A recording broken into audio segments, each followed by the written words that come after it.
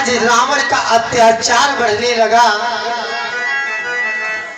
और आज घमंडी होकर के रावण साधु और संतों पर, नगरी और प्रजा पर, पशु और पक्षी पर अत्याचार करता है।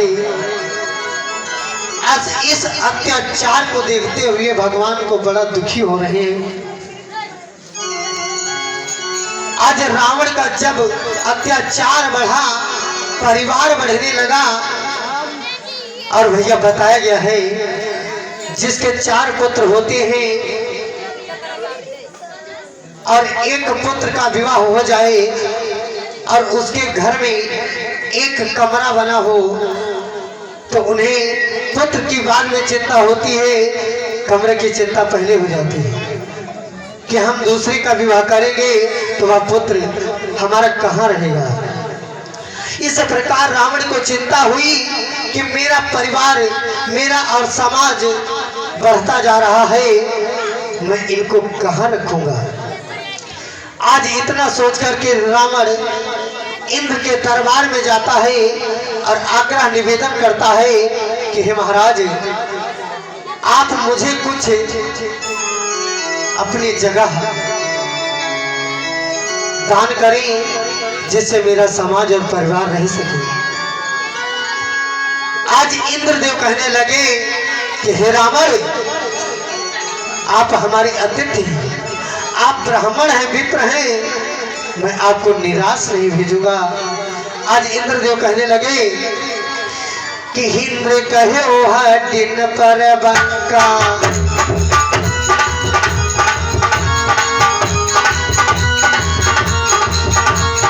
इंद्र कहे ओह दिन पर बंका,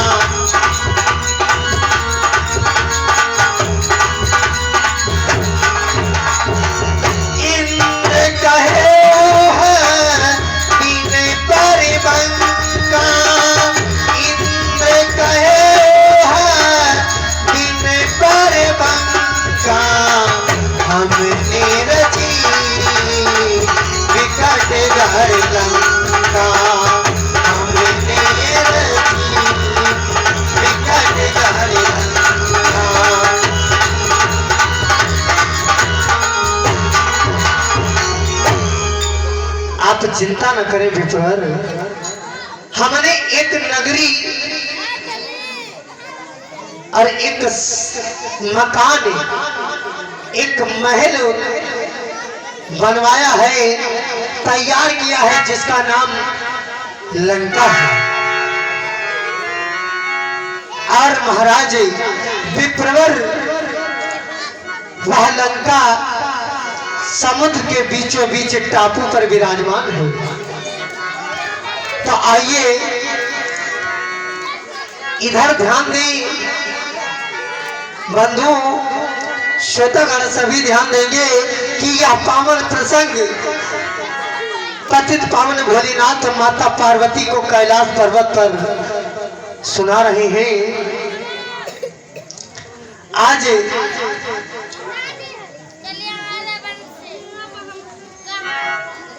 यह प्रसंग माता पार्वती को शंकर भगवान सुना रहे हैं। आज शंकर भगवान कहने लगे, हे देवी, इधर का प्रसंग श्रवणपान करें और यह जाने कि इस लंका का निर्माण कैसे हुआ, यह लंका नगरी कैसे बसी।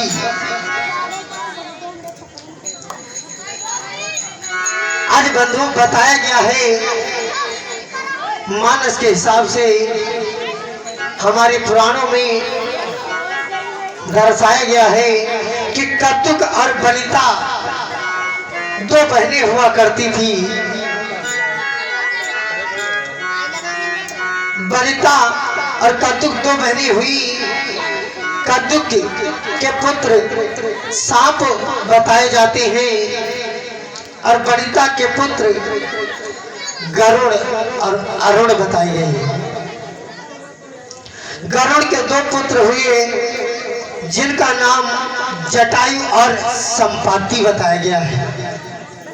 ये मैं नहीं कहता, ये मानस में और हमारा पुराण बता रहा है। एक दिन का जिक्र है, कद्दुक और वनिता में एक शर्त हुई कि जो सूर्य भगवान रोज उजाला करते हैं, इनके घोड़ों की पूंछों का रंग कैसा है। आज दोनों बहस करने लगी आपस में बहनें। आज वनिता सफेद बताती है और कद्दुक काली बताती है। आज जब कद्दुक को पता चला कि घोड़ों की पूंछ सफेद है, तो आज कद्दुक को बहुत दुखी होना पड़ा कि मैंने यह शर्त क्यों रखी, मैंने ऐसा घमंड क्यों किया। आज बहुत दुखी है। आज उनके पुत्र सांप जब वापस अपने घर में अपनी माता को देखते हैं, दुखी जान करके, निराश देख करके अपने माता से पूछा, हे माते, इस दुखी का कारण क्या है माँ? आप क्यों दुखी हैं? सारा वृत्तांत बताएं। आज सारे वृत्तांत को माता कद्दुक अपने पुत्र सांप को बताती है। आज सांपों ने जब ऐसा विवाद और संवाद को सुना, आज कद्दुक के पुत्र सांप कहते हैं, माते आप चिंता न करें, मैं रात्रि में जाकर के घोड़ों की पूंछ में लपेट जाऊंगा, जिससे जब सुबह सूर्य भगवान अपने रथ पर विराजमान होकर के बाहर निकलेंगे तो आप उन्हें देखेंगे और दिखाएंगी तो उनकी पूंछ का रंग काला दिखाई देगा माते। आज इस शर्त को आज कद्दुक जीत जाती है। जब जीत गई, आज दासी बन करके वनिता कद्दुक के यहाँ रहती है, सारा काम काज करती है। धीरे धीरे यह वृत्तांत कद्दुक मन में सोचने लगी कि जब गरुड़ को इस बात का पता चलेगा तो मेरे पुत्रों को वह खा जाएगा, क्योंकि गरुड़ सांपों का बहुत बड़ा ही दुश्मन है।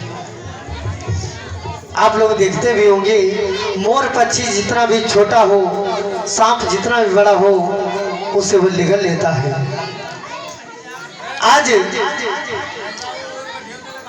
इस बात को सोच करके कद्दुक आज गरुड़ को बुलाती है और पुत्र को आज्ञा देती है कि गरुड़ पुत्र जा मेरे लिए अमृत जल लेके आ। मैं जल को पी करके अपना जीवन अमर करना चाहती हूँ। आज माता की आज्ञा के पालन के हेतु आज गरुड़ बढ़े और अपने पिता कश्यप के पास जाते हैं और कहने लगे, पिताश्री, मैं अपनी माता की आज्ञा की खातिर मैं अमृत पान लेने जा रहा हूँ। माँ की आज्ञा है, मुझे कुछ भूख सता रही है, पिताश्री मुझे कुछ भोजन दे। आज कश्यप पिता कहने लगे, पुत्र जाओ समुद्र के टापू पर, समुद्र के किनारे एक कछुआ और एक हाथी आपस में लड़ रहे हैं, उन दोनों को आप पान बनाओ और उनका भोजन ग्रहण करो। बताया गया है बंधुओं, हाथी और कछुए की विशेषता बताई गई है। हाथी 48 कोस लंबा, 24 कोस ऊंचाई में था और कछुआ 40 कोस लंबा और 12 कोस ऊंचाई में था। आज गरुड़ बढ़े और उन दोनों को एक पंजे में झपट करके बंद करते हैं और उनको लेकर के आज पिता जी के पास पहुंचे और कहने लगे, पिताश्री, इन भारी भरकम शरीर को मैं कहां पे खाऊं? आज पिताश्री ने उन्हें उपाय बताया, जहाँ समुद्र के टापू पर बरगद का पेड़ विराजमान है, उस टापू पे बैठ करके इन दोनों का भक्षण करो। आज गरुड़ जी उड़े और उसी बरगद की डाल पर जैसे ही बैठे, गरुड़ की नजर गई कि कुछ डाल पर संत जन उल्टा लटक करके तपस्या कर रहे थे। ये कृत्य मुनि के पुत्र बाल खिल्ली इत्यादि ऋषि थे। बताया जाता है हमारे पुराणों में,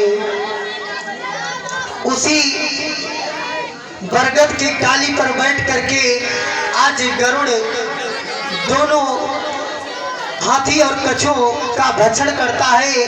जब पेट ना भरा, आज गरुड़ को संतुष्टि ना हुई, तो उस बरगद की डाल को भी कुतरना चालू कर दिया। आज हाथी की हड्डियों का एक ढेर लगा और एक कछुए की हड्डियों का ढेर लगा और एक बरगद की हड्डियों का ढेर लगा।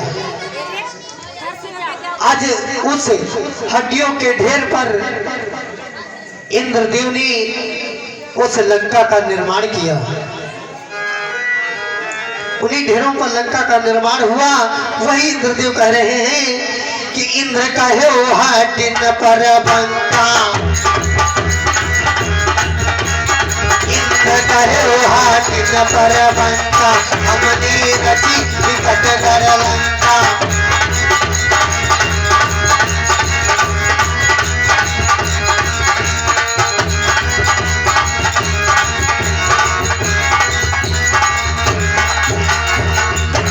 इस प्रकार लंका का निर्माण हुआ।